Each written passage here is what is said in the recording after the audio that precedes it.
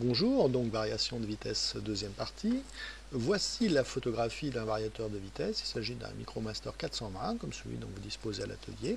D'ailleurs celui que vous allez utiliser pour câbler le déchiquetique et permettre la variation de vitesse du broyeur. Donc, comment c'est foutu un variateur de vitesse? On va voir un peu déjà comment le brancher, d'une part, et comment ça fonctionne, et puis quels sont les accessoires qu'on peut y adjoindre. Et enfin, dans une dernière partie, que nous verrons sans doute ultérieurement, comment le programmer et changer les paramètres. Car on verra qu'il est piloté par un ordinateur à l'intérieur qu'on peut programmer. Donc voici des variateurs de vitesse dans leur environnement. Donc un variateur de vitesse, ça se situe en général à l'intérieur d'une armoire électrique, confiné au même titre que les composants électriques, comme par exemple les disjoncteurs ou les contacteurs, dans une armoire électrique, puisque il circule quand même du 380 volts dedans. Si on démonte la façade du variateur de vitesse, alors je vous remonte quand même rapidement l'image ici, si on appuie sur ce petit bouton qui est ici, on peut extraire la façade et accéder aux vis sur lesquelles on pourra brancher les différents fils de puissance et de commande du variateur de vitesse. Vous voyez à l'intérieur, donc ici apparaissent des grosses vis qui vont certainement servir à brancher la puissance, 380 volts, et puis ici les petites vis qui vont servir à brancher les éléments permettant de le commander, comme des boutons tournants, des boutons de marche, les boutons poussoirs tout à fait standard, ou des voyants, et puis même un potentiomètre permettant de régler la vitesse. On va voir ça un tout petit peu plus tard.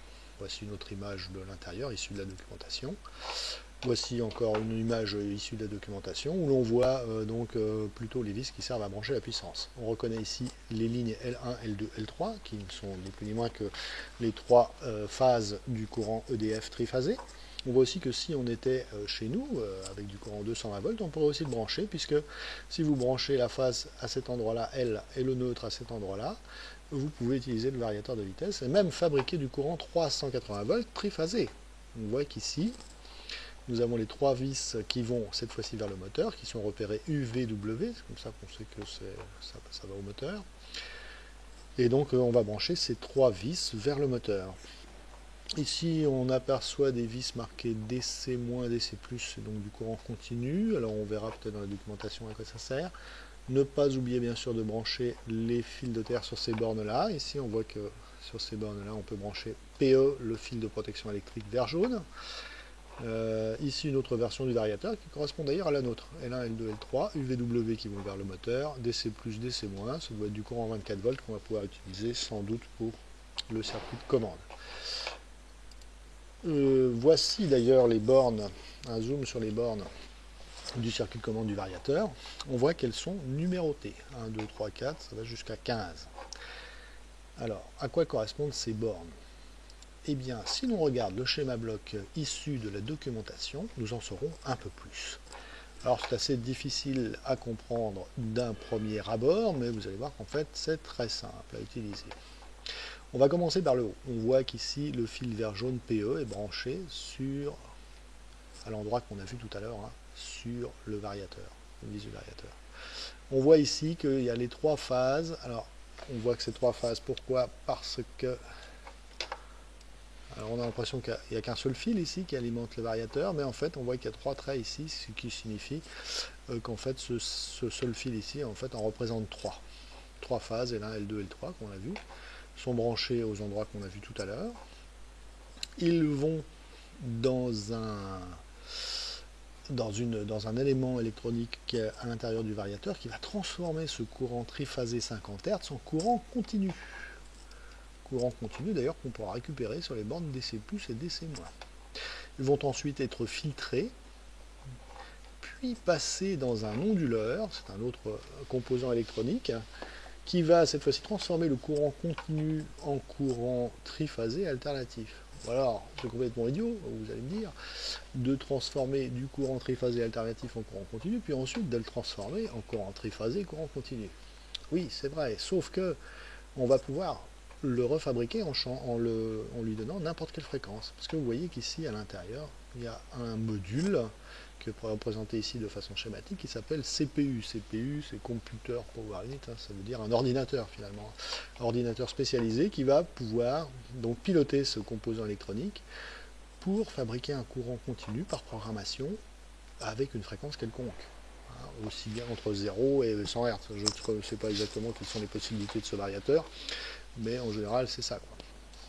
On voit aussi que donc, ce CPU admet en entrée un certain nombre d'informations, des capteurs. Alors on va les regarder de plus près. Alors ici, on voit qu'il y a des bornes numérotées qui vont jusqu'à 15, comme c'est étrange.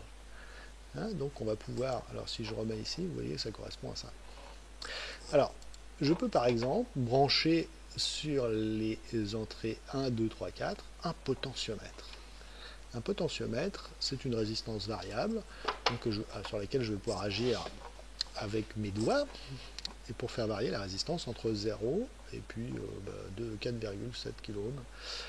Ce qui va me permettre de créer ici un courant, comme le potentiomètre est branché sur 0,10 volts, qui va me permettre de créer ici un courant qui sera variable entre 0 et 10 volts. Alors regardons à quoi ressemble un potentiomètre.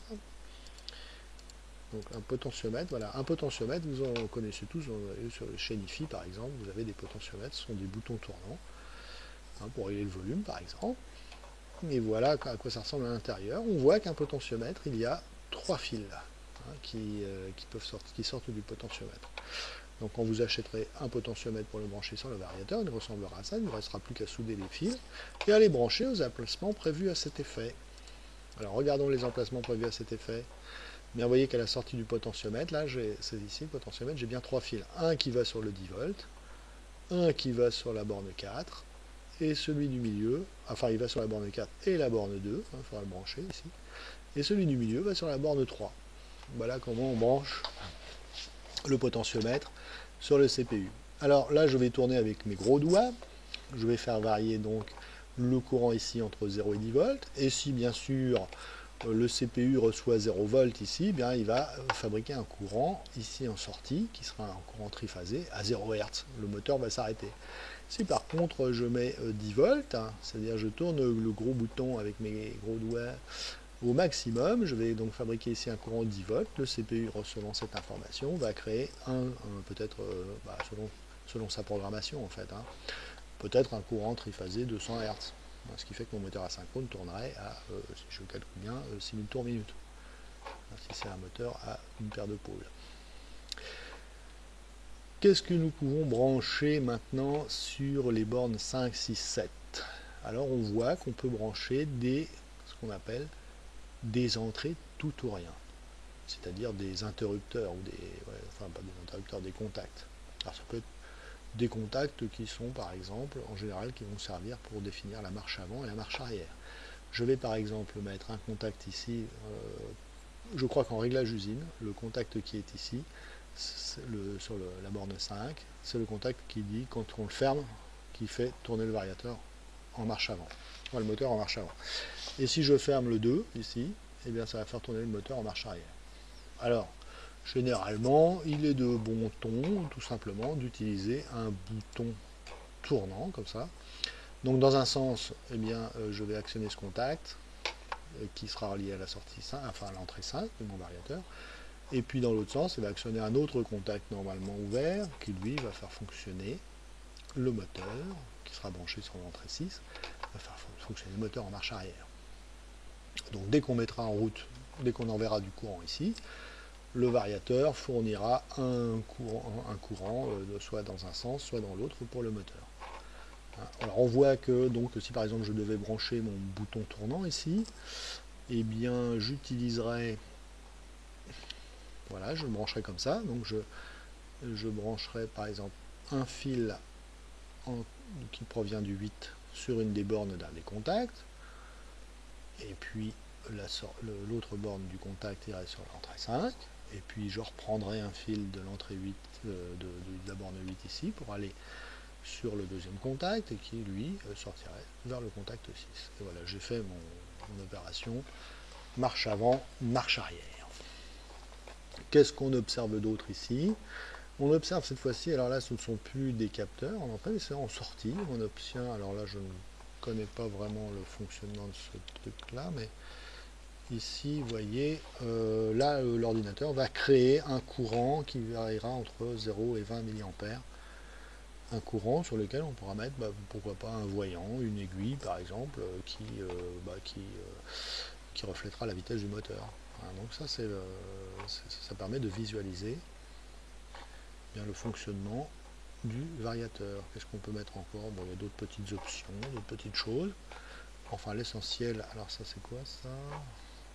Après, il faut regarder la documentation pour voir ce qu'on peut faire. Souvent, les variateurs peuvent permettre d'allumer une lampe. Ici, il doit y avoir une sortie tout ou rien, ça doit être ça. Hein. Et une lampe qu'on peut allumer, je ne sais pas, quand on atteint un certain nombre de tours. Alors ça, après, il faut programmer, c'est dans les paramètres du variateur.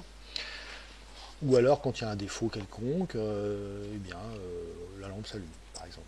Si le courant, s'il y a une surcharge de courant, des choses comme ça. Toutes choses qu'on peut faire par programmation. Donc voilà, on peut retrouver dans la documentation la façon de brancher un potentiomètre, la façon de brancher des entrées tout ou rien, TOR. Et puis nous en avons terminé avec cette petite partie. Maintenant, on va examiner un peu comment on peut faire pour maintenant câbler un variateur de vitesse. Donc, un moteur asynchrone, en général, il est câblé de cette manière. C'est-à-dire on utilise des dispositifs électriques pour le faire fonctionner. Ils vont d'abord servir à le condamner, c'est-à-dire en général ce sont des interrupteurs sectionneurs qui se situent sur les côtés de la machine. Il y a toujours dans le circuit du moteur quelque chose qui le protège contre les courts-circuits, souvent des fusibles ou des disjoncteurs. Et puis établir et interrompre l'énergie, ça c'est le contacteur qui va donc faire tourner le moteur ou non. Et protéger contre les surcharges, on utilise des relais thermiques ou des disjoncteurs magnétothermiques. Donc, les solutions technologiques traditionnelles, et même anciennes, c'était par exemple un sectionneur porte-fusible, un contacteur, un relais thermique. Ensuite, on a utilisé un disjoncteur magnétique pour remplacer le sectionneur porte-fusible, et puis le même système, c'est la solution, une solution à 110 €. Ensuite, on a utilisé un disjoncteur magnétothermique qui lui remplace à la fois le relais thermique et le disjoncteur magnétique dans un seul composant. C'est souvent les solutions les plus modernes. Et encore plus moderne, un disjoncteur intégral qui lui regroupe les trois fonctions. Contacteur, protection magnétique contre les courts-circuits et protection thermique contre les surcharges. Ça vaut un peu plus cher. On peut utiliser bien évidemment aussi un variateur de vitesse, parce que ça ce sont les solutions où on n'utilise pas de variateur de vitesse. Dans le variateur de vitesse, on va le câbler exactement comme dans cette configuration, c'est-à-dire on aura une protection, un disjoncteur magnétique, un contacteur, et à la place du relais thermique, on va mettre le variateur de vitesse. Le variateur de vitesse servant lui de protection thermique, c'est-à-dire qu'à chaque instant, il sait combien de courant passe dans les fils qui sont à destination du moteur, il peut donc décider de le couper si jamais le courant devient trop important. Donc il a cette fonction de protection contre les surcharges qui est intégrée. Alors comment câbler un variateur? Donc voici un exemple avec un Altivar 18. Donc, pour ceux qui sont peu familiers avec les schémas électriques, je les invite à voir d'autres tutoriels plus simples. Mais ceux qui ont déjà quelques cultures en la matière observeront, d'une part, alors voici le schéma bloc de l'Altivar. On reconnaît aussi, de la même façon que sur le MicroMaster, des repères L1, L2, L3, UVW. Bon, les repères sont un peu différents en ce qui concerne les entrées TOR ici. C'est plus 15, 14, 9, machin. Pour comment s'appelle-t-il, le potentiomètre, on voit que c'est un peu différent aussi, mais bon, c'est la même fonction, la même chose. Alors, pour faire fonctionner ça, donc je réalise, alors là il faut réaliser une fonction sécurité sur l'Altivar, il faut relier deux fils ici.